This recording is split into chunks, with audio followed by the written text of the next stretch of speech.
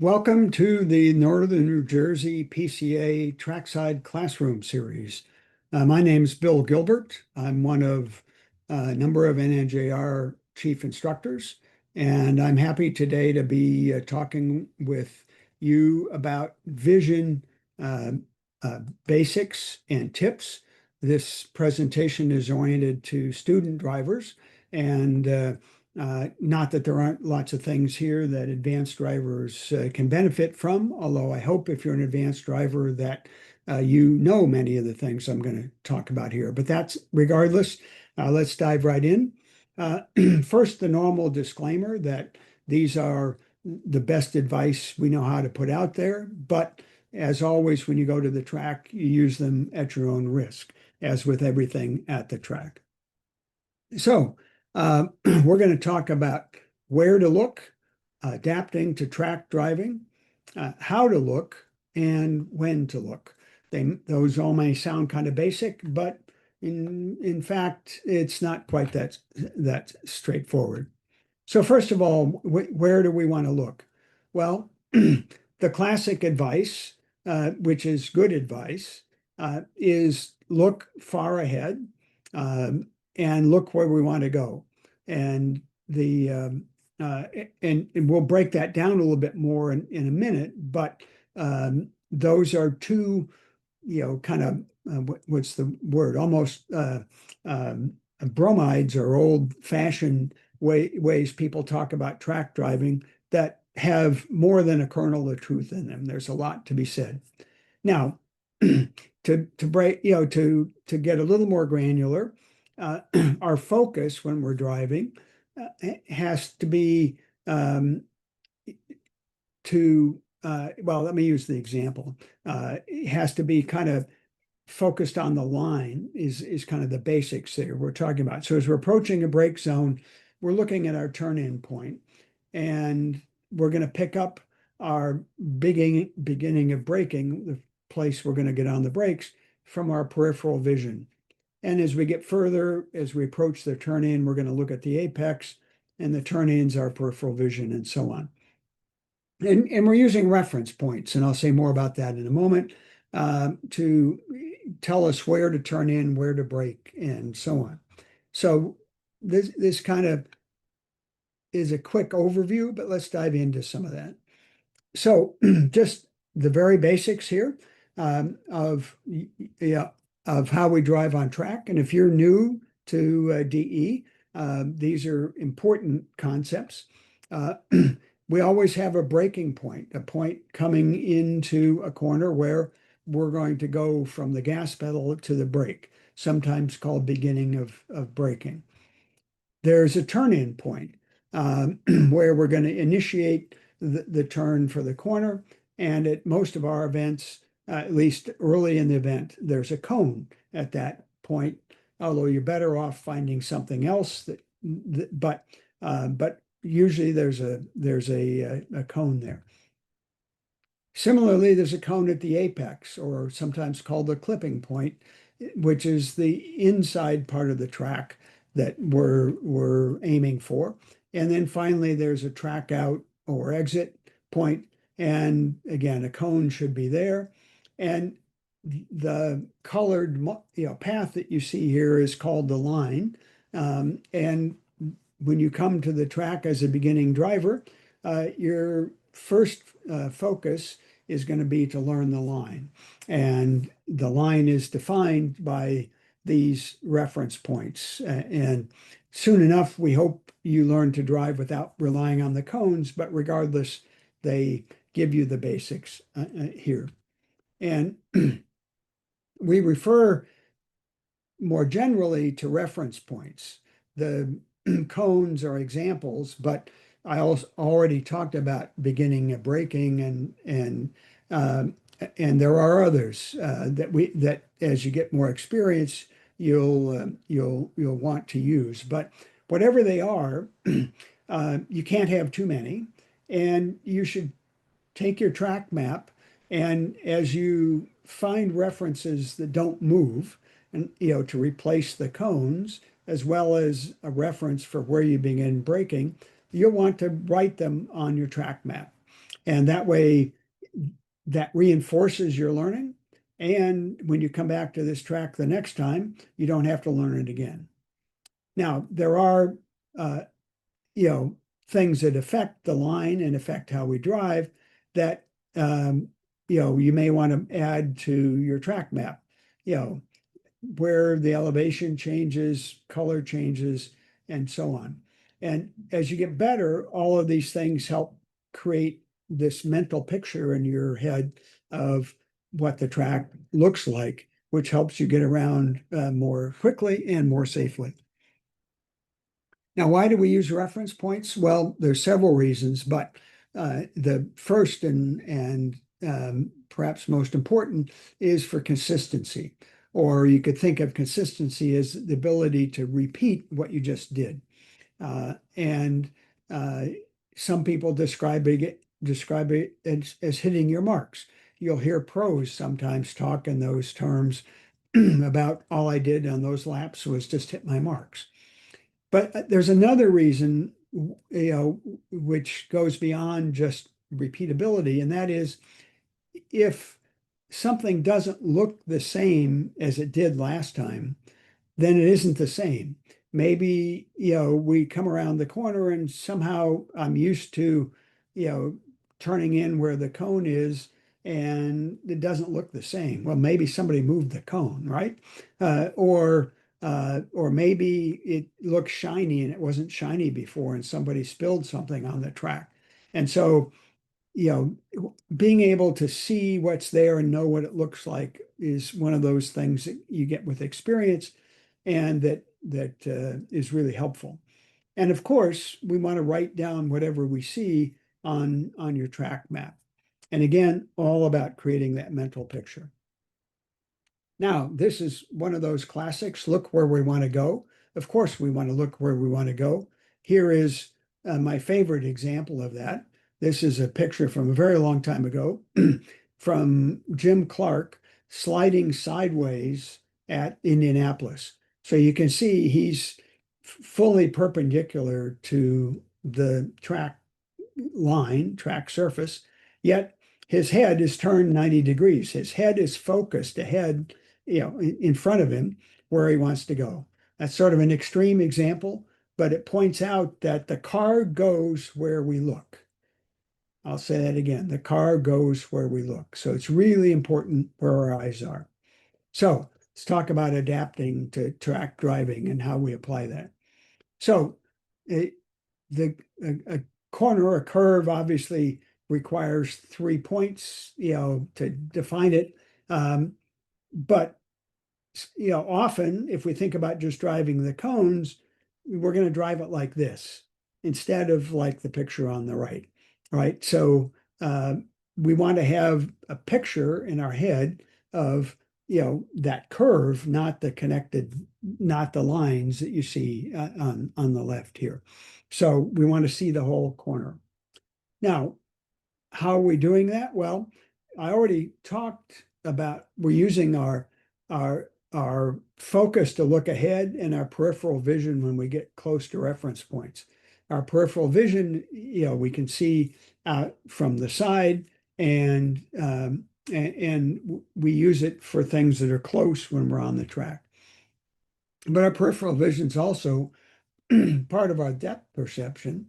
And it's part of our ability to be our sense of being aware of what's going on around us.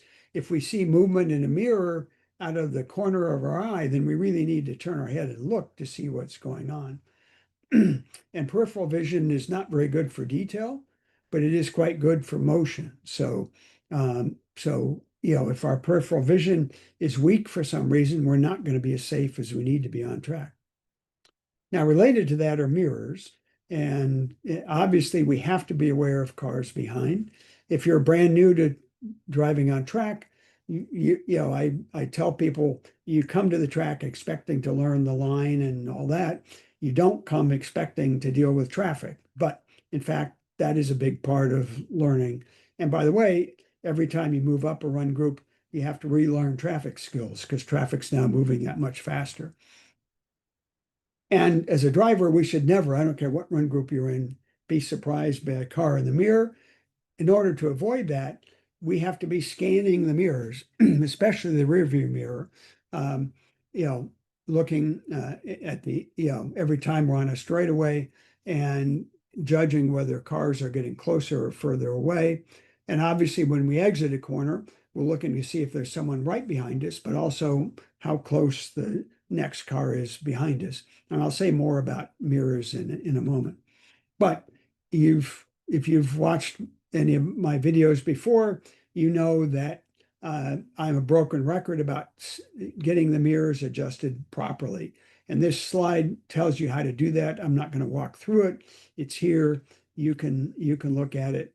But the whole idea is if your mirrors look like this right now, and I would bet money that three-quarters of the people watching this mirrors look like this. In other words, you have a big blind spot on both sides of the car, two big blind spots. Whereas if you adjust the mirrors the way the previous slide describes, then you won't have a blind spot. Your side mirrors will show you the lane alongside on the right and on the left. And this is essential on the track, but it is extremely valuable on the street as well, and will make you a much safer driver on the street. So if you have not done this, as soon as you're done watching this video, or maybe even better, pause it and go adjust the mirrors. Really, really important. Now, I want to peel back a little bit on what I said earlier about how we look and how far ahead we look and that sort of thing. And and to do that, I'm going to use this description of how our brain and our eyes work together. We have a focus, or you can think of this as your high definition vision, sometimes called central vision. This is where we see details, where we see color, where we see everything. And it's where, if we're focused on something for a second or more, it's where the car is going to go. That focus generally needs to be 4 to 6 seconds in front of the car. However, our glance uses that central vision for less time, but that glance needs to be looking 20 seconds ahead, 15 or 20 seconds ahead. And that applies, by the way, on the track, of course, but also on the street. And so, get used to thinking about how we focus 4 to 6 seconds out in front, and we glance 15 and 20 seconds ahead. Now, our peripheral vision I've already talked about, but it is giving us information so that we don't have to use that focus or even that glance in many situations. And again, I've mentioned mental, but now if we're looking at a corner, now that mental picture of the corner is giving us a lot of information, because when we apply that focus and we look at the apex and all of a sudden the apex doesn't look like it did last time, then something has changed and we need to react to it. So if we apply that to a basic, how do we go around a corner? Here's what it looks like. I call your attention first to the glance. We're near the end of the braking zone. The turn-in point is coming up, and we're going to pick that up with our peripheral vision. We don't even have to glance at it at this point. We're focused here, but we have glanced up ahead, and we know that the exit to the corner is clear. As we turn into the corner and we get about to this point, next we're going to move our focus up to exit to the track out, and we're going to plan to pick up the apex from our peripheral vision, and so on around the track. But think about, how we move our focus vision, from one reference point to the next, and pick up the close one, if you will, from our peripheral vision. But it's very important not to rush that focus. If we rush it too much, then we will not turn in at the right point in this example. So, but being aware of how our eyes and our brain work, and how to focus and use our vision is kind of peeling back the the building blocks, if you will, the skills that are needed to drive well on track. So with all that said, when do we look? When do we use those glances and so on? Well, let's ask a couple questions. When do we want to look at flag stations? When do we want to look at mirrors? Well, flag stations, are obviously super critical. Um, there's no excuse for any driver missing any flag, yet it happens all the time. With inexperienced drivers, it could be because they're not glancing, they're not scanning at the flag stations every time they go by. Or maybe they have an incomplete mental picture and their mental picture doesn't include where the flag station is even. And so their brain doesn't even realize that they didn't look because it's not in their mental picture. This is why focusing on flag stations as a new driver and frankly, as any driver, when you first go out at the beginning of the day, really, really important because many tracks have one flag station manned one day and not manned the next, and vice versa. So, which ones, actually have a flagger in them? Even experienced drivers miss flag stations, sometimes because they're chasing, a car or a lap time, but they can also have a mental picture or they can get in a rut. So anyway, flag stations really, really important. Now, I want to really emphasize here that many flag stations, not all, but many flag stations can be seen much further ahead than most drivers tend to look. So here we're at Watkins Glen with this example, but I've used other tracks as well. So obviously, when we're in the brake zone for turn one, the flag station's right there. It's easy to see, right? But how about when we're, not even in the brake zone? We can barely see the brake markers down here, right? Well, of course we can see if especially if the flagger has a flag in their hand and is waving it. So we need to be looking at it here. And in fact, we can look at it, we're barely past the start finish line here. We can see that flag station. Yeah, it's downhill a bit, but it's visible. There's no reason not to see that flag. And in fact, here we are before the start finish line, and we can probably see a flag from here if we're looking. My point is,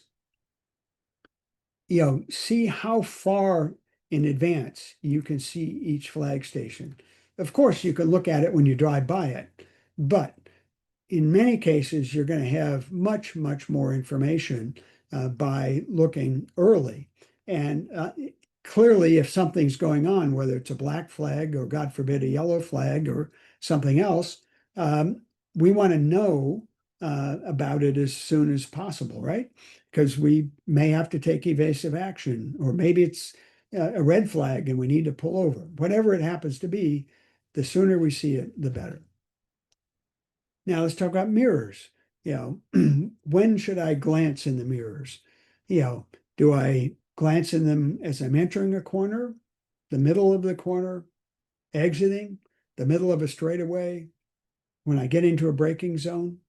What do you think? Well, let's take those one at a time. Entering a corner, no, because there's no passing in the corner, right? So that's one of the beauties of driver's ed.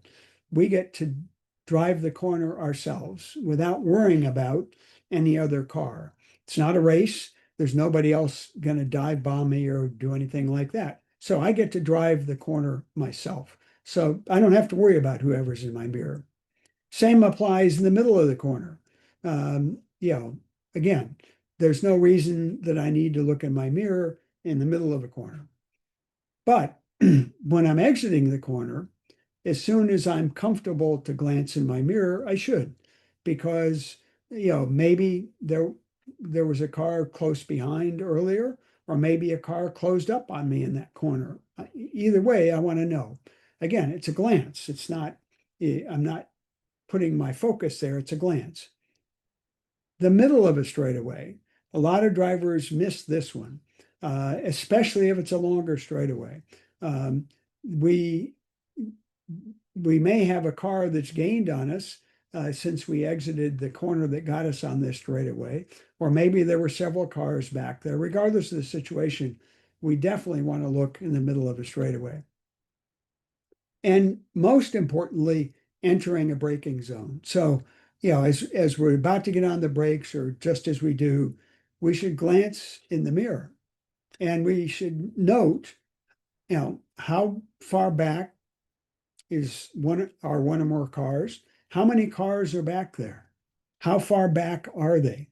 So if we glance here and we see that there's two cars back, a red one and a yellow one, and the red one is not that close and the yellow one is right behind the red car.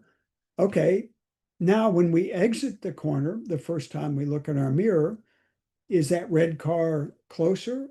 Maybe the red car closed up on us, or maybe the red car is nowhere to be seen. Um, or maybe there's a yellow car behind us because the yellow car passed the red car. Whatever it is, this is an important set of data that way too many drivers don't take advantage of. So again, we're not spending a lot of mental cycles here, but we're glancing in the mirror. We're noting how many cars, how far back. And we park that information until we exit the corner, and then we deal with it. Now, we've been talking about vision and situational awareness. There are some risks out there that not distract, get in the way of, interfere with our vision and cause us to lose focus. One of those things is just getting in a rut. But also it could be that we're tired or we're pressured. Maybe something's going on at work. It's, in the back of our mind, or we're distracted for that reason.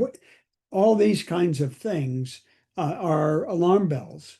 And the more severe they are, the louder the alarm should be, to the point where, if it's severe, you need to park the car.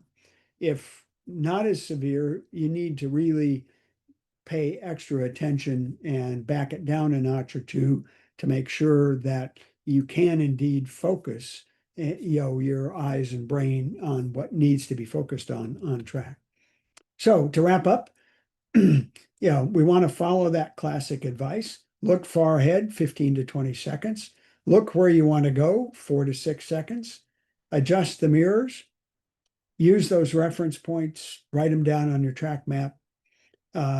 If you're new to track driving, which many of you are, get used to reprogramming yourself for faster speeds. That's where your depth perception and your peripheral vision comes in. Think about what I described here with focus and glance and peripheral and mental vision, and how you can apply those to make your vision and your focus that much better on track. And for God's sakes, find a way to see the flags early, right? Too many people don't do that, and it gets them in trouble. That will save you sooner or later, I guarantee. And check the mirrors at the right time, and be aware of all those distractions that can get in the way. So with all that said, I hope you found some useful tips here and some things you can apply both before you get to the track and at the track. If you have any questions or comments, you see my email here. Please, send them along. I love to hear your reaction. Come see me at the track. I'm always happy to answer any questions or dive any deeper into any of these topics. So with all that said, I hope you have a great day. I look forward to seeing you at the track real soon, and be safe.